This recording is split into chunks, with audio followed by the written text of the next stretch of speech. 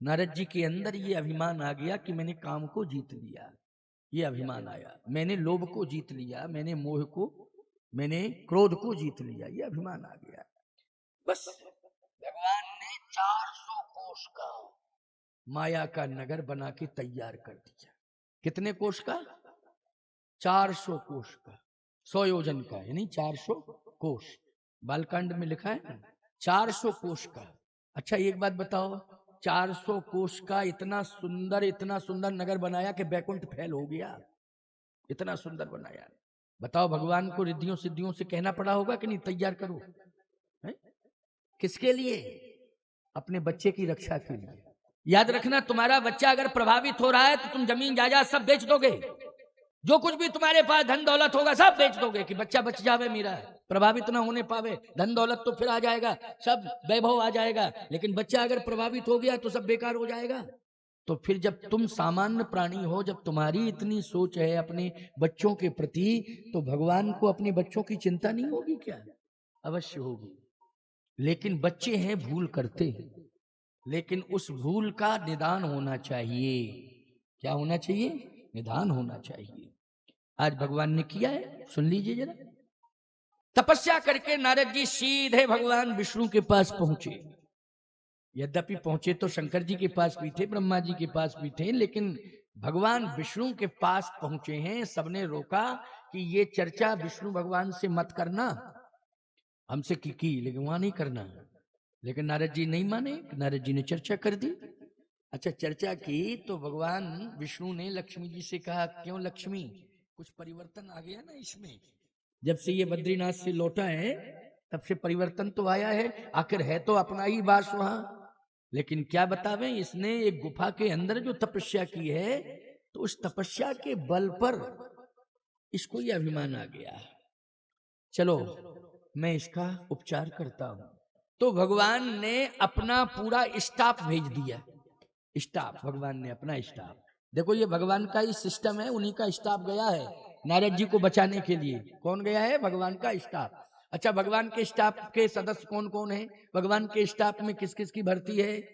भगवान के स्टाफ में भर्ती किसकी है? बोले समुद्र की। बोलो ये भगवान का स्टाफ है कि नहीं? समुद्र है कि नहीं? आप कहोगे महाराज है, हाँ है, सत्य है। भगवान जगन्नाथपुरी में ईमानदारी के साथ बताओ कहां पर रह रहे हैं? अपना वास बना के समुद्र के तट पर रह रहे हैं। बोलो रह रहे हैं कि नहीं? समुद्र के अंदर से ही उन्होंने लक्ष्मी को प्राप्त किया है। नहीं, लक्ष्मी को देने वाला कोई था ही नहीं। बोलो कहां से निकाला है लक्ष्मी को? समुद्र से निकाला, समुद्र से प्राप्त किया है। इसलिए समुद्र बहुत ही खास संबंधी है। तो समुद्र से कहा कि आप राजा का वेश बना लो। समुद्र ने कहा ठीक, तो वो शीलनिधि बन गया। क्या बन गया? शीलनिधि। लक्ष्मी जी से कहा कि आप विश्व मोहिनी बन जाओ। क्या बन जाओ? विश्व मोहिनी। लक्ष्मी जी बोली ठीक है, हम बने जाते हैं। काहे के लिए? बोले ऑपरेशन थिएटर हमने तैयार कर दिया है, तुम सब स्टाफ हो, हमारे सहयोग में रहना, हमें नारद जी का ऑपरेशन करना है। क्या करना है? ऑपरेशन। किसका? जो मोह का फोड़ा हो गया है उसका ऑपरेशन करना है। और रामचरितमानस में बोलो नारद मोह है कि नहीं? क्या है? नारद मोह। इसलिए नारद के प्रसंग को मोह से ही जोड़ा गया है। तो प्यारे, भगवान ने एक माया का नगर बना दिया। उस माया के नगर में समुद्र को शीलनिधि राजा बना दिया। उसी माया के नगर में चूंकि समुद्र की पुत्री है लक्ष्मी, किसकी बेटी है? समुद्र की, इसलिए विश्व मोहिनी को शीलनिधि की बेटी बना दिया। तो सिस्टम में काम किया कि नहीं किया? इसलिए लक्ष्मी क्या बन गई? विश्व मोहिनी। और समुद्र क्या बन गया? शीलनिधि, यानी पिता बन गया। और इतना बड़ा विस्तार पूर्वक नगर बसा दिया गया, माया का नगर बसाया। उसका नाम क्या है? शीलनिधि राजा का नगर, माया का नगर। क्योंकि 400 योजन का अच्छा समुद्र को लांघा जाता है, हनुमान जी ने लांघा, तो जामवंत जी ने क्या कहा था, जो नाग है सत योजन सागर, यानी 400 कोस का, 100 योजन का समुद्र है, 400 कोस का। क्यों, कितने का, 400 कोस का। तो नगर कितने कोस का बना है, 400 कोस का। अर्थात कौन है वो, बोले वो शीलनिध राजा समुद्र ही है, उसी समुद्र का वो विस्तार है, उसी समुद्र का विस्तार है। बोले उसमें ये खजाना कहां से आया, तो समुद्र के अंदर ही खजाना भरा पड़ा है। बोलो जितने भी रत्न निकले हैं कहां से निकले हैं, बोलो समुद्र से ही रत्न निकले हुए हैं। इसलिए वो समुद्र ही शीलनिध राजा बना है, उसी की वो राजधानी है, जिसको 400 कोष कहा गया, 100 योजन का। नारद जी उसी में जाकर के फंस गए।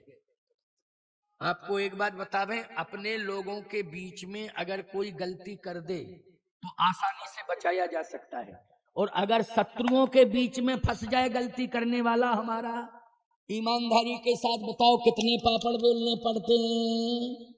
इसलिए भगवान ने कहा कि अगर राक्षसों के बीच में फंस गया नारद तो बहुत ही मुश्किल पड़ जाएगा, गड़बड़ हो जाएगा, लेकिन अपने लोगों के बीच से ही इसे उबारो और इस नारद का जो अभिमान है दूर कर दो। समझ गए हो कि नहीं, ये भगवान की कृपालुता और दयालुता है। क्या है, कृपालुता और दयालुता है। आप अपने घर में या अपने गांव में या अपने क्षेत्र में प्रभावित हो जाए तो कोई दिक्कत नहीं, लेकिन आप कहीं पाकिस्तान में फंस जाएं तो बहुत ही मुश्किल पड़ेगा, नरेंद्र मोदी को भी पसीना आ जाएगा। क्यों भाई, कि कैसे इसको बचावें, कैसे इसको बचावें, सुरक्षित करें, प्रधानमंत्री को लेने के देने पड़ेंगे, है ना। इसलिए भगवान ने तुरंत सुरक्षित कर दिया अपने लोगों के बीच में। नारद जी पहुंचे तो नारद जी ने पूछा कि ये क्या है। लोगों ने कहा कि ये राजा की राजधानी है। बोले सजाई क्यों गई है, राजा की बेटी की शादी है। अच्छा, राजा की बेटी की शादी है इसलिए, हाँ तो बहुत दिव्य सजाया गया है। कहा ठीक। लोगों ने शीलनिध से कहा कि नारद जी आए हैं, बहुत बड़े महापुरुष, भजनानंदी तपस्वी महापुरुष। शीलनिध राजा ने कहा कि बुलाओ बुलाओ, सम्मान पूर्वक संत का आदर करें। शीलनिध जी ने नारद जी को बुलाया, चरण धोए, आरती उतारी, विश्व मोहिनी को बुलाया, विश्व मोहिनी ने प्रणाम किया साहब, क्योंकि वो अभिनय हो रहा है ना। अच्छा एक बात बताओ, बेटा बना हो लीला में राम, लीला में राम, और बाप बना हो दशरथ, सॉरी बेटा बना हो राम और बाप बना हो जनक, तो ईमानदारी के साथ बताना, जनक जी को प्रणाम करना पड़ेगा कि नहीं करना पड़ेगा? करना पड़ेगा प्रणाम, क्योंकि दामाद बने हैं ना, राम जी दामाद हैं। तो बर विलोक दंपति अनुरागे, पाए पुनीत पखारन लागे। यहां तक कि उस बाप को, क्योंकि बेटा राम बना है और बाप जो है जनक बना हुआ है, तो उसे अपने बेटे के पैर भी पखारने पड़ेंगे, क्योंकि उस समय वो राम का अभिनय कर रहा है, तो बाप को भी अभिनय करना ही पड़ेगा। तो यहां ये अभिनय हो रहा है कि लक्ष्मी जी प्रणाम कर रही हैं। नारद जी हैं बेटा, लेकिन प्रणाम कौन कर रही हैं? लक्ष्मी जी प्रणाम कर रही हैं। नारद जी ने कहा, क्योंकि मोह का चश्मा लग गया था ना। किसका चश्मा लग गया था? मोह का चश्मा लग गया था। इसलिए नारद जी ने देखा तो कहा, क्यों ये बेटी आपकी है? ये नहीं पहचान रहा, ये कौन? ये बेटी आपकी है। राजा साहब ने कहा, शीलनिध ने, हाँ मेरी बेटी। अच्छा, इसी की शादी है? कहा महाराज इसी की शादी है। आप बताओ, स्वयंवर है, उस स्वयंवर में बाप के अधिकार नहीं रहते हैं। क्यों भाई, संपूर्ण अधिकार किसे मिल जाता है स्वयंवर में? बेटी को। बाप के, परिवार के, रिश्तेदारों के कोई भी अधिकार सुरक्षित नहीं रहते हैं। सर्वाधिकार सुरक्षित स्वयंवर में कौन होती है? बेटी होती है। और बोलो वहां किसकी रचना हुई है? स्वयंवर की। अनेक देश के राजा आए हैं, जैसे स्वयंवर धनुष यज्ञ से स्वयंवर मिथिला में हुआ था ना, सीए स्वयंवर देखिए जाई, ईस काहे धो दे बड़ाई। जबकि धनुष यज्ञ सुन रघुकुल नाथा, हर्ष चले मुनिवर के साथा। लेकिन वहां स्वयंवर में परिणत हो गया। वो धनुष यज्ञ किस में परिणत हो गया? स्वयंवर में। बस अंतर इतना रहा कि धनुष यज्ञ धनुष मकसाला तक सीमित रहा, और ये स्वयंवर पुष्प वाटिका में हो गया। कहां हो गया? पुष्प वाटिका में स्वयंवर हो गया। और सीता जी ने पुष्प वाटिका में धनुष टूटने के पहले ही श्री राम जी का वरण कर लिया। बोलो कर लिया कि नहीं? ये है मर्यादा। ये क्या है? मर्यादा। लेकिन बोलो स्वयंवर हुआ है कि नहीं मिथिला में? और नहीं हुआ है तो ये क्यों लिखा है कि सीए स्वयंवर देखिए जाई, ईश काहे धो दे बड़ाई? स्वयंवर हुआ है। यहां शीलनिध राजा ने भी अपने नगर में बेटी के विवाह में स्वयंवर की घोषणा की है। और स्वयंवर में चिंता ये है शीलनिधि को, क्योंकि बाप को चिंता रहती है कि बेटी अपने मन से वरण करेगी लेकिन पता नहीं कैसा मिल जाए, परेशानी पैदा हो जाए। तो कह रहे हैं शीलनिधि जी महाराज, आप तो आशीर्वाद दे दो बेटी को, ऐसा वर मिले, ऐसा वर मिले कि उसका श्रेष्ठ आचरण हो, और आपके आशीर्वाद से यह संभव है। क्या इसके भाग्य में सुयोग वर है? नारद जी ने कहा कि देखता हूं। तो हाथ देखा। क्या देखा? हाथ। उस हाथ में क्या लिखा था? याद रखना, उस हाथ में अनादि संबंध। क्या लिखा था? अनादि संबंध। अच्छा एक बात बताओ, अनादि संबंध लक्ष्मी नारायण में अनादि संबंध है, सीता राम में अनादि संबंध है। क्यों भाई, है कि नहीं? अच्छा एक बात बताओ, राधे श्याम में अनादि संबंध है कि नहीं? इनमें अनादि संबंध है। तो वहां लिखा था अनादि संबंध। नारद जी ये समझ गए कि इसके साथ विवाह जिसका हो जाएगा उसका और इसका फिर संबंध अनादि काल तक रहेगा। मतलब कभी किसी काल में ये संबंध प्रभावित नहीं होगा। तो बोलो किसी भी काल में अगर संबंध प्रभावित नहीं होता है तो लक्ष्मी नारायण का नहीं होता है, सीता राम जी का नहीं होता है, राधा कृष्ण का नहीं होता है, उसको कभी किसी भी काल में कोई प्रभावित नहीं कर पाएगा। तो नारद जी ने सोचा कि अगर हमारा विवाह हो जाए इसके साथ तो बहुत अच्छा रहेगा, क्योंकि किसी का, लेकिन स्वयंवर है। क्या है? स्वयंवर। तो स्वयंवर में तो स्वयं कन्या चाहेगी तब ना, नारद जी चाहे तो थोड़ी। वर चाहे कन्या को तब नहीं, कन्या वर को चाहे। क्यों भाई? ये स्वयंवर। तो नारद जी ने कहा इतना गजब का रूप लेंगे कि हमसे बड़ा सुंदर तो कोई होगा ही नहीं। बल्कि 2-3-4 दिन के लिए जब तक शादी नहीं हो जाएगी तब तक भगवान विष्णु इतने सुंदर नहीं होंगे, क्योंकि उन्हीं की सुंदरता हम मांगने जाएंगे। अभी तक मांगा नहीं है, लेकिन सुंदरता उन्हीं से ले आएंगे। तो 3-4 दिन के लिए वो भी, उनकी सुंदरता भी गायब, और शादी के बाद फिर वापस कर देंगे। अच्छा शादी के बाद सुंदरता गायब भी हो जाती है? आपको एक बात बतावे, 3 दिन के लिए सुंदर व्यक्ति भी सुंदर और सुंदर बनने की कोशिश करता है, इसलिए उसका श्रृंगार होता है। पता नहीं कितने प्रकार का श्रृंगार, फिर उसके ऊपर मुकुट रखा जाता है। क्यों? उसे विष्णु बनाया जाता है।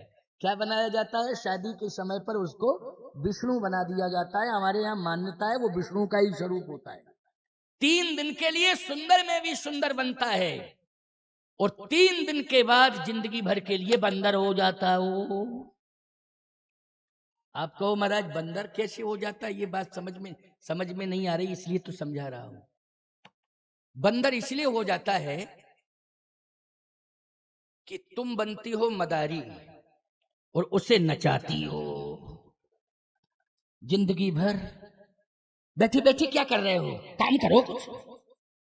अब बेचारा काम, तुम अंदर बैठी हो घर में हैं, और रिमोट हाथ में लिए हो, टीवी देख रही हो, और वो बाजार में घूम रहा है या खेत खलियान में घूम रहा है या फिर परदेश में जा रहा है व्यापार वाणिज्य के लिए। क्यों भाई? दिन भर दुकानदार दुकान में बैठा ग्राहकों से हाथ जोड़ रहा है। क्यों भाई? यदि कर्मचारी हो गया है तो अधिकारियों के सामने हाथ जोड़ रहा है, वो अधिकारी हो गया है तो मुख्यमंत्री के सामने हाथ जोड़ रहा है। क्यों भाई? प्रधानमंत्री के सामने हाथ जोड़ रहा है। आखिर किसके कारण? तुम्हारे कारण, है ना। मैं नहीं कह रहा हूं, तुलसीदास जी कह रहे नारी विवश नर सकल गुसाई और नाचै नट मरकट की नाई। मरकट मानी बंदर, बंदर की तरह नचता है। तो हमने क्या गलत कह दिया है? बोलो भाई, हमने गलत तो नहीं कहा। नाचै नट मरकट की नाई, मरकट मानी बंदर, बंदर की तरह जिंदगी भर नाचता है। तो आखिर नचाता कौन है उसे? नारी यानी माया नचाती है। कौन नचाती है? माया। इसलिए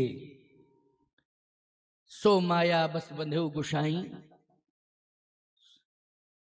आइए सुनिए मेरी बात को ध्यान से, बहुत ध्यान से सुनना। जीवन में हम सब भगवान के हो जाएं, और भगवान के हो जाएंगे तो भगवान की जिम्मेवारी होगी।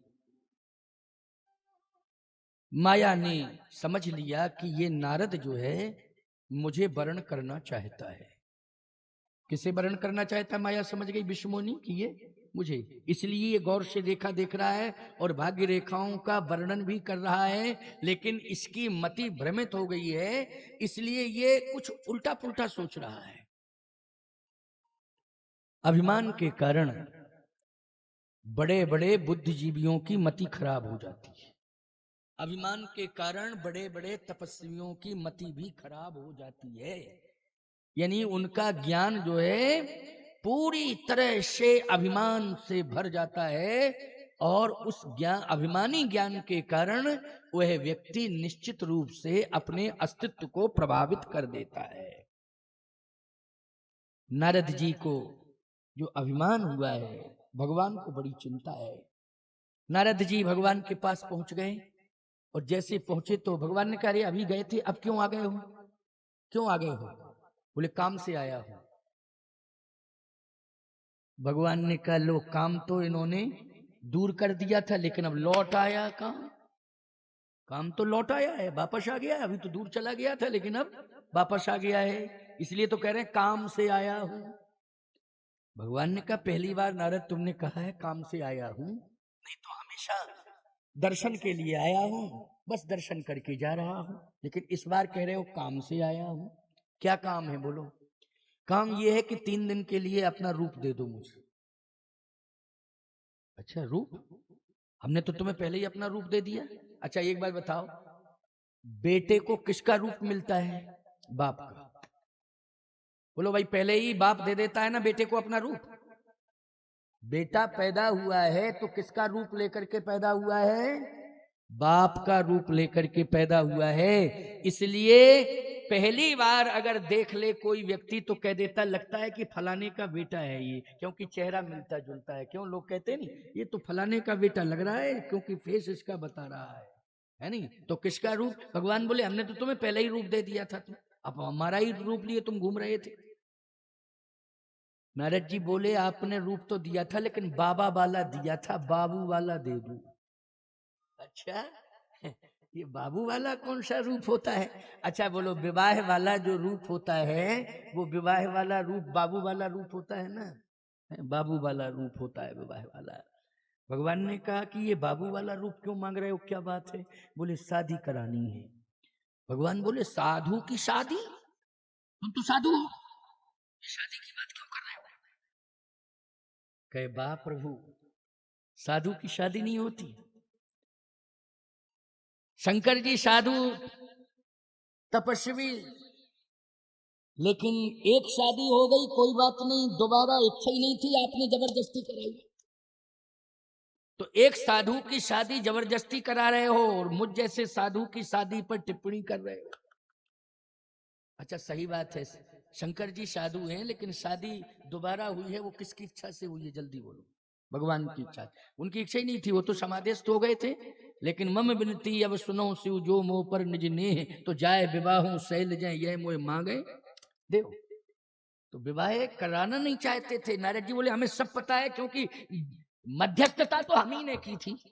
हम ही को जाना पड़ा था, हम ही हिमाचल के यहाँ गए, हम ही जो है कैलाश पर गए, हम ही बातचीत में लगे रहे, तो हमें सब पता है। आप ऐसा तो कह नहीं पाओगे, नहीं नहीं नहीं नहीं, मेरी कोई इच्छा नहीं थी, आपकी इच्छा से। तो एक साधु का विवाह जिसकी इच्छा नहीं थी करने की, आपने जबरदस्ती कराई, और दूसरे साधु की इच्छा हो रही है तो आप कह रहे शादी, शादी के चक्कर में क्यों पड़ते हो, तुम तो साधु हो।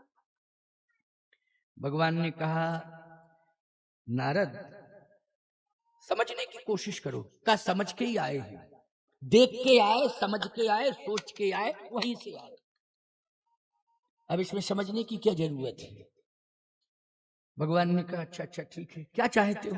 आपन रूप, आपन रूप देव प्रभु मोही, आन भांति नहीं पामोही, आन भांति नहीं पावोही। आपन रूप देव प्रभु मोही, आन भांत नहीं पावो। आप अपना रूप दे दो, शादी के लिए आपके रूप की जरूरत है।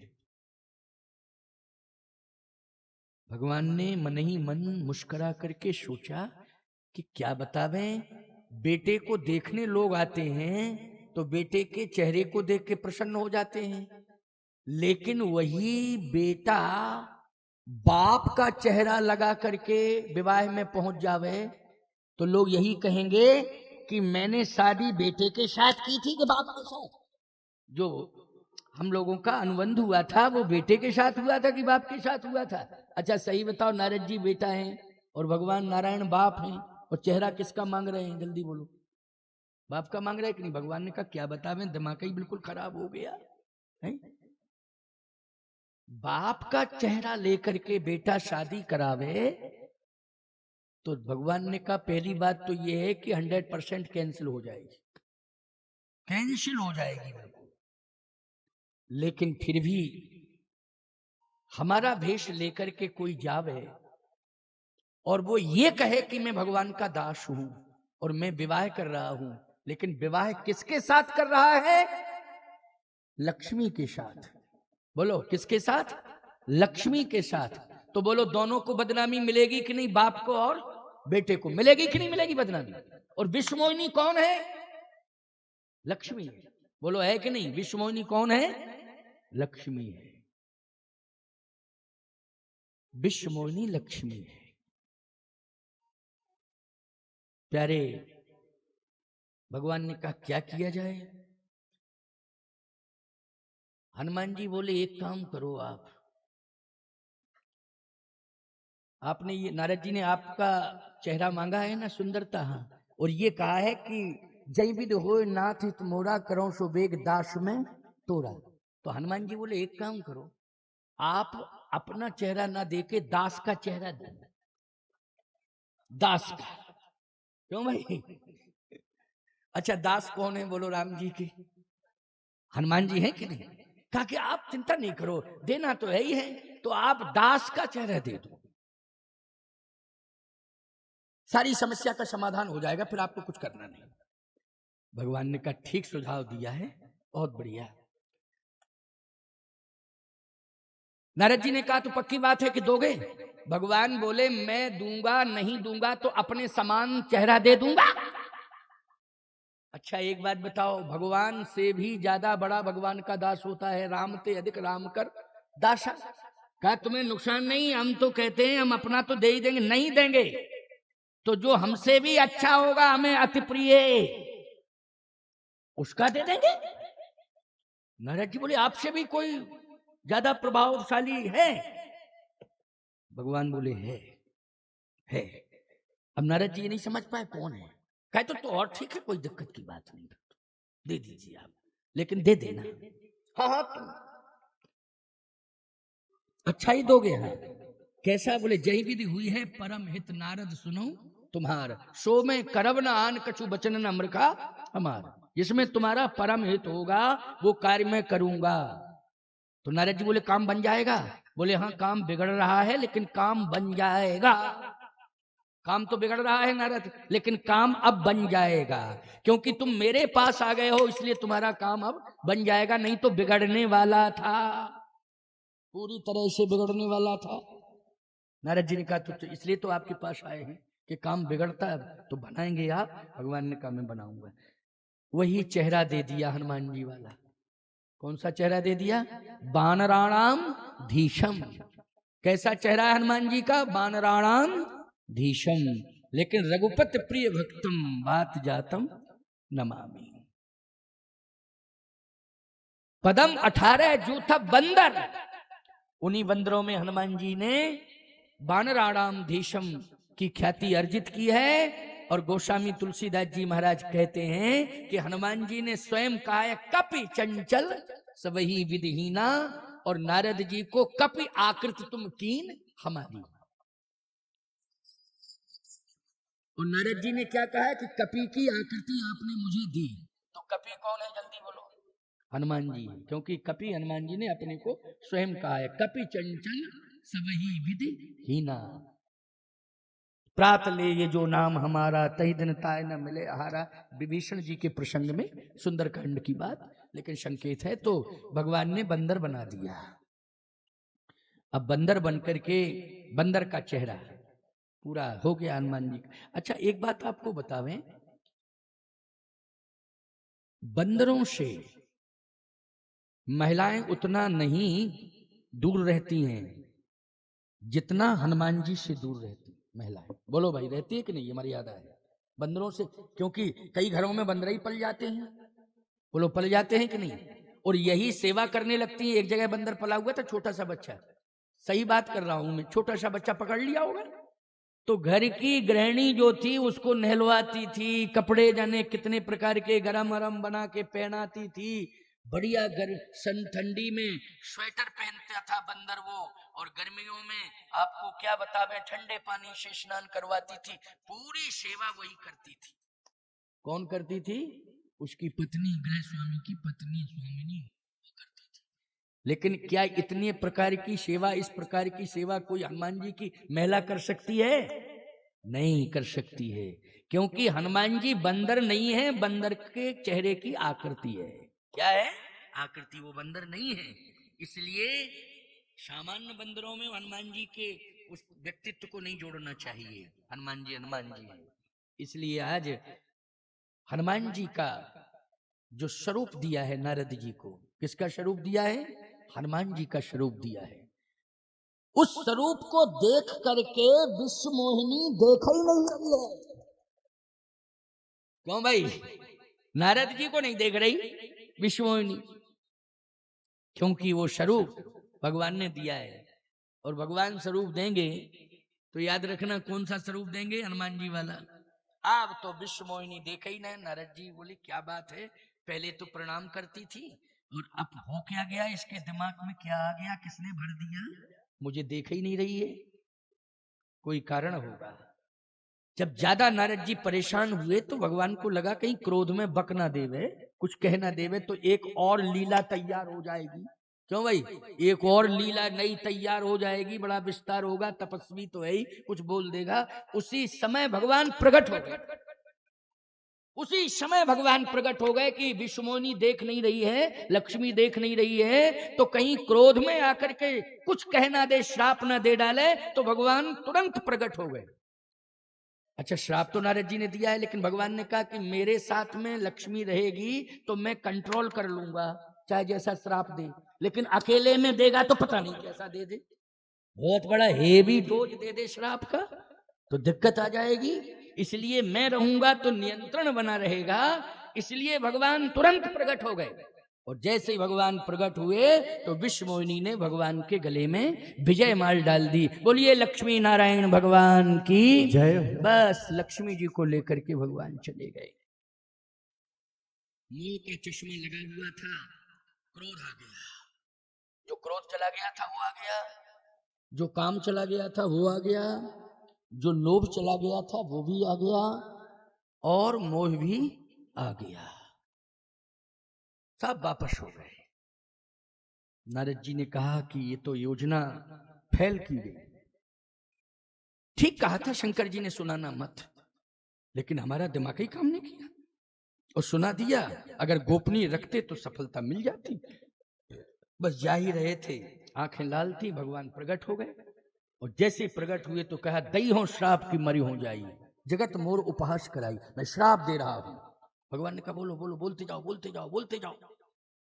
लक्ष्मी जी बोली, बहुत ज्यादा बोल रहा है, कंट्रोल तो करो, क्या क्या बोल रहा है। दई हो श्राप की मरी हो जाई, जगत मोर उपहास कराई, या तो प्राण दे दूंगा और या फिर तुम्हें ऐसी कंडीशन पर पहुंचा दूंगा